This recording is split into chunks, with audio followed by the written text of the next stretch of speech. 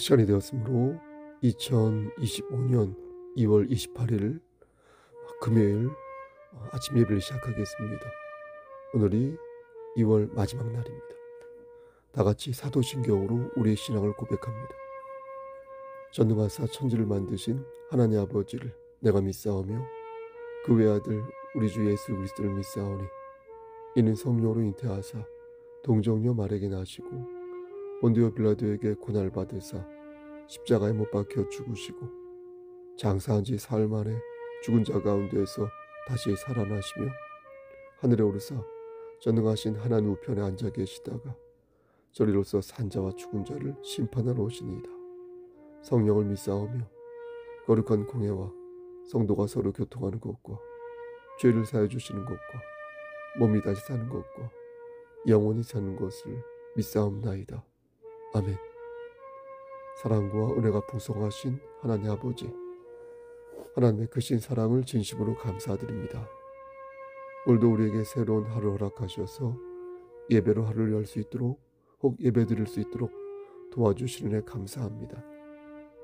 우리가 각자 우리가 서 있는 그 자리에서 삶을 즐기고 또 해야 할 일을 하면서 살아가다가 하나님께 예배 드리는 것을 자꾸 놓치게 되고 뒤로 미루게 되는데, 하나님 그때마다 우리에게 깨달음을 주시고 성령님께서 우리의 마음을 이끌어 주셔서 예배 드림이 정말로 귀한 행위라는 사실을, 하나님께 영광 돌리는 가장 존귀한 행위라는 사실을 기억하여 예배 드림이 기쁨이 될 수 있는 우리 모두가 될 수 있도록 하나님 도와주시옵소서.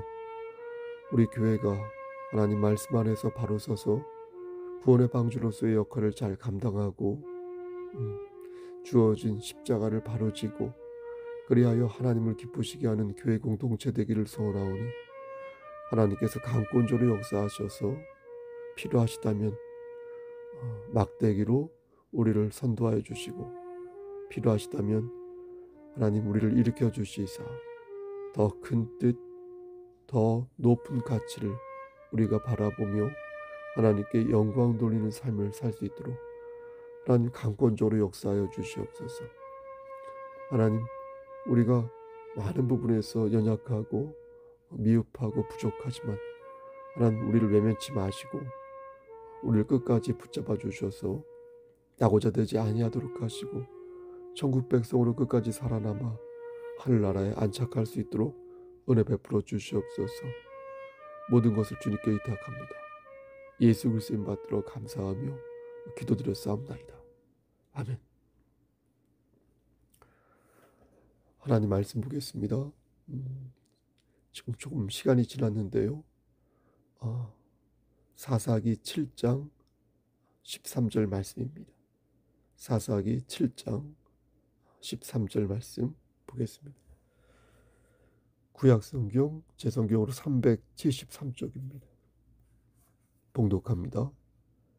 기드온이 그곳에 이른즉 어떤 사람이 그의 친구에게 꿈을 말하여 이르기를, 보라, 내가 한 꿈을 꾸었는데 꿈에 보리떡 한 덩어리가 미디안 진영으로 굴러 들어와 한 장막에 이르러 그것을 쳐서 무너뜨려 위쪽으로 엎으니 그 장막이 쓰러지더라.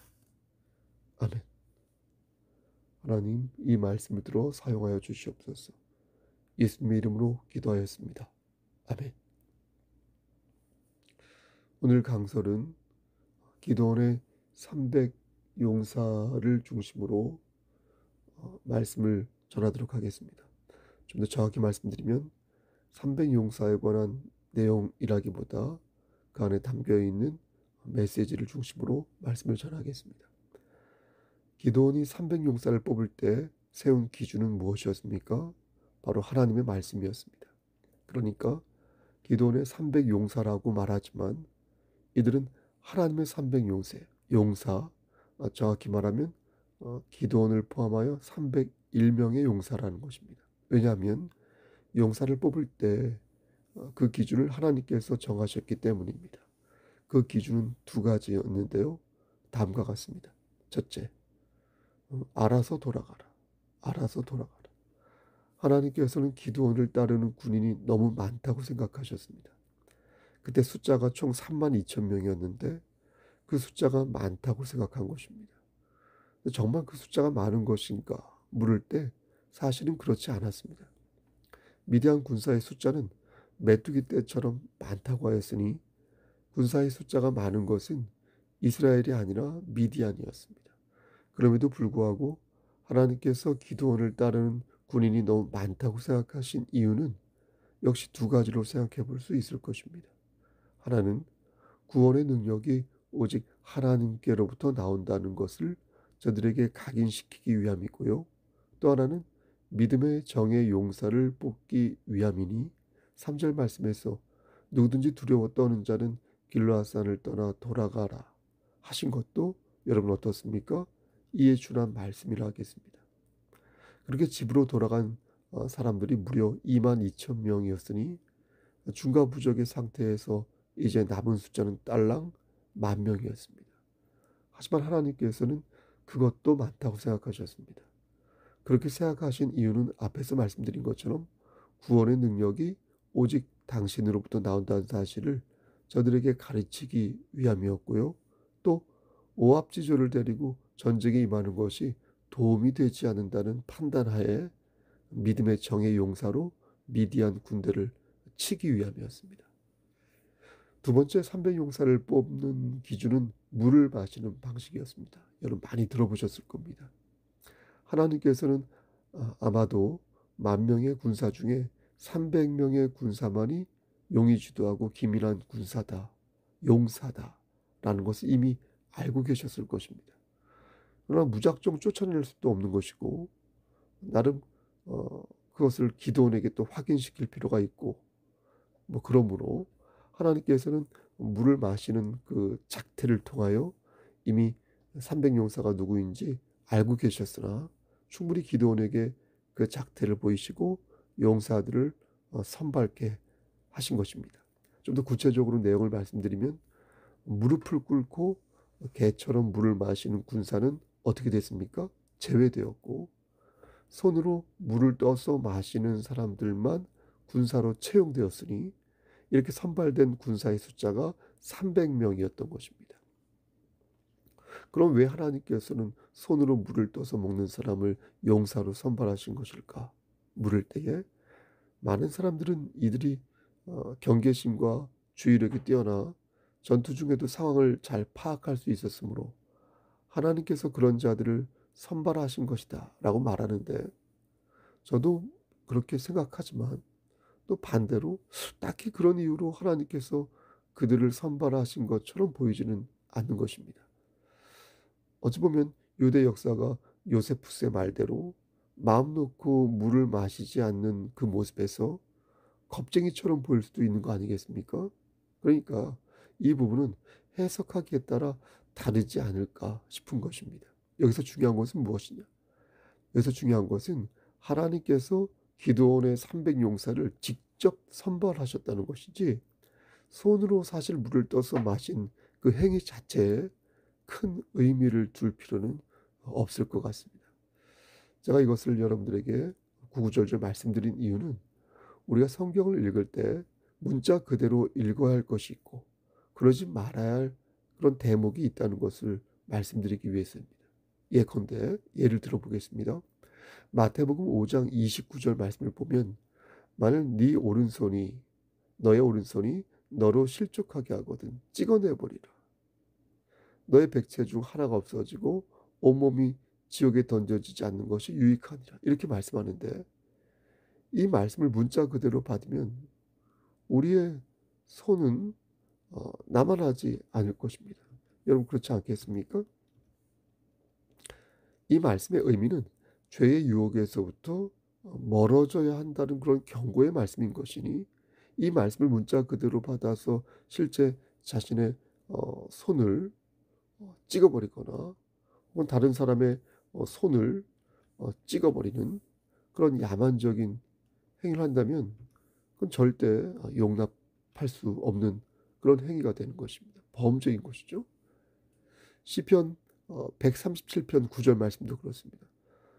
내 어린 것들을 바위에 메어치는 자는 복이 있으리로다. 여러분 이게 무슨 말씀입니까? 어떻게 이럴 수 있습니까? 어린 것들을 바위에 메어치는 자가 복이 있다. 제주 4.3 사건 때 있었던 삼가원 삼진작전도 아니고 이런 일은 절대 있어서는 해서는 아니 되는 것입니다. 그럼 이 말씀의 의미는 무엇이냐? 이런 고통과 슬픔을 표현하는 어떤 시적인 표현, 언어인 것이지 그걸 모르고 문자적으로 이 말씀을 받아들여서는 아니 되는 것입니다. 어떻게 어린 것들을 바위에 메어칠 수 있습니까? 하나만 더 말씀드리면 예수님께서 하신 말씀으로 요한복음 6장 53절 말씀을 보면 예수께서 이르시되 내가 진실로 진실로 너희에게 이르노니 인자의 살을 먹지 아니하고 인자의 피를 마시지 아니하면 너희 속에 생명이 없느니라. 여러분 이것도 마찬가지 아닙니까? 이것을 문자적으로 받아들이면 그리스도인은 우리는 야만인이 되는 것입니다. 야만인. 실제 그렇게 생각한 이들도 당시에 있었으니 그것은 모두 모든 성경 구절을 문자적으로 받아들였기 때문에 생긴 오류인 것입니다. 우리는 이 말씀을 물리적으로 받아들이지 않고 영적인 의미로 받아들이는 것입니다. 손으로 물을 떠서 먹는 것도 이런 맥락에서 이해해야 할 것이니 혹여 혀로 물을 핥아 먹는 이가 있다 하더라도 그들을 정죄하거나 혹은 어떤 일에서 배제하는 어처구니없는 행동을 해서는 아니 될 것입니다. 오늘 본문을 보면 어떤 사람이 자신의 꿈 얘기를 친구에게 들려주는데 내가 한 꿈을 꾸었는데 꿈의 보리떡 한 덩어리가 미디안 진영으로 굴러들어와 장막을 쓰러뜨렸다. 이렇게 말합니다. 그러자 14절에서 그 꿈 얘기를 듣던 친구가 이는 기드온의 칼이니 하나님이 미디안과 그 모든 진영을 기드온의 손에 넘겨준 것이다. 이렇게 꿈을 해몽하는 대목이 나옵니다. 여러분 이 얼마나 황당무계한 해몽입니까? 또 개연성이 떨어지는 핍진성과 개연성이 떨어지는 그런 해몽입니까? 하지만 보십시오. 하나님께서는 특별한 경우에 꿈을 통해 당신님의 뜻을 계시하시니 우린 이 말씀이 하나님의 말씀이기에 이 말씀에 대해 전적인 신뢰, 전적인 믿음을 가지고 바라보는 것입니다. 그런 것이지 이런 일이 일상의 일은 아니라는 것입니다. 그러니까 꿈이라는 방식은 이 말씀의 하나요 하나님께서 역사하셨기에 우리가 믿을 수 있는 것이지 이것을 일반화할 수는 없다는 것입니다. 예컨대 전도서 5장 7절 말씀을 보면 꿈이 많으면 헛된 일들이 많아지고 말이 많아도 그러하니 오직 너는 하나님을 경외할지니라 이런 말씀이 있는데요. 이 말씀을 놓고 보면 어떻습니까? 꿈을 가지고 운운하는 것은 매우 경박하고 위험한 방법이 되는 것입니다. 그렇죠? 그러므로 하나님 말씀에 준하여 특별 계시 차원에서 성경을 이해해야 하는 것이 말씀을 대하는 올바른 자세인 것입니다. 공교롭게도 기드온이 그 꿈과 그 꿈을 해몽하는 것을 들었으니 이것도 우연의 일치인 것입니다. 우연의 일치. 그럼 모든 것이 우연이니까 신뢰할 수 없는 것인가? 그렇지 않다는 것입니다. 왜냐하면 이 모든 상황은 우연을 가장한 표현하자면 우연을 가장한 하나님의 필연적 뜻이기 때문입니다. 이로써 이 말씀이 하나님의 계시의 말씀이 되어 오늘날까지 남게 된 것입니다. 사랑하는 성도 여러분, 지금은 어떤 시대입니까? 지금은 고도의 기술이 만연된 과학 실증주의 시대입니다. 4차인지 5차인지 잘 모르겠어요. 아무튼 인공지능과 빅데이터인가요? 사물 인터넷인가요? 뭐 첨단 기술도 온갖 그 융합 기술과 혁신 산업이라고 해야 될까요? 이런 것들이 막 불을 뿜고 있는 시대가 지금입니다. 앞으로 어떻게 변할지 모르는 시대입니다. 그러나 이런 시대에도 우리는 과학적으로 물리적으로 설명할 수 없는 그런 일들을 정말로 많이 경험하고 있으니 우리는 이것을 하나님의 역사요, 하나님의 섭리라고 믿는 것입니다. 그때 그런 일이 없었다면 모두 죽었을 것인데, 그때 그런 일이 없었다면 모두 살았을 것인데, 지나보면 하나님의 절묘한 역사하심이 우연을 가장한 필연이었음을, 하나님의 필연적인 뜻이었음을 깨닫게 되는 것입니다. 정말 영화보다도 더 영화 같은 일들이 벌어지고 첨단 속에서 고도로 회귀된 오래된 미래를 우리가 보게 되는 것이니 이 또한 하나님의 놀라운 섭리요 역사인 것입니다. 사랑하는 성도 여러분, 하나님께서는 기드온의 300용사를 통해서 우리에게 말씀하십니다. 너희는 하나님을 신뢰하고 하나님의 지시를 따르라. 진정 강한 자가 되고 싶다면 하나님을 신뢰하고 하나님의 말씀을 따르라. 기드온은 하나님이 직접 인도하신다는 것을 여러 경륜을 통하여 깨달았습니다.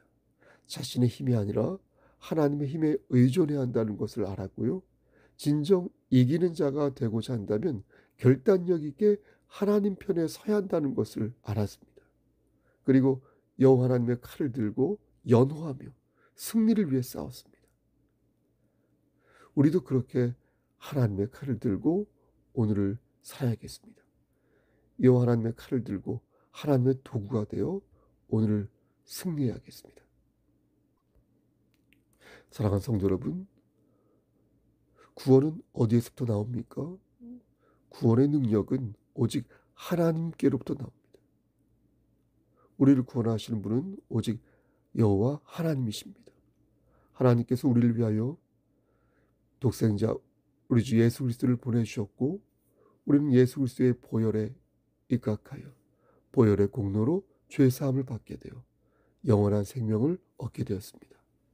여러분, 우리의 힘은 하나님으로부터 나오니 하나님을 경외할 때, 하나님을 의지할 때 우린 비로소 이기는 자가 될 수 있는 것입니다.